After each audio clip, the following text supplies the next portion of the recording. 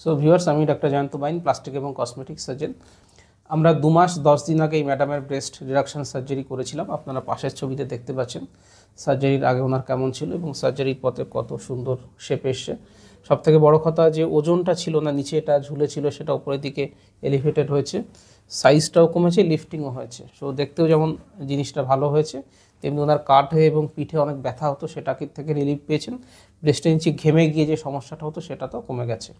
তো 2 মাস পরে কেমন দেখা যায়, 2 মাস 10 দিন পরে কেমন দেখা যায় সেটা আপনাদেরকে দেখালাম। এবং আমি যে সেলাইগুলো করেছিলাম সেটা দাগও কিন্তু অলমোস্ট মিলিয়ে গেছে, সেলাই নেই, দাগ নেই বললেই চলে। এবং আমাদের এই ম্যাডাম খুব খুশি। তো ব্রেস্ট রিডাকশান নিয়ে যারা জানতে চান তারা আমার ব্রেস্ট রিডাকশানের বিভিন্ন ভিডিও ইউটিউব চ্যানেলে দেওয়া রয়েছে, সেগুলো দেখতে পারেন। আর যদি এই ব্যাপারে কোনো কোয়ারি থাকে, নিচে হোয়াটসঅ্যাপ রয়েছে, সেখানে হোয়াটসঅ্যাপ নম্বরে যোগাযোগ করলে পরে আপনাকে কী করতে হবে, কত টাকা খরচ হবে, সমস্ত ডিটেলস বলে দেবো।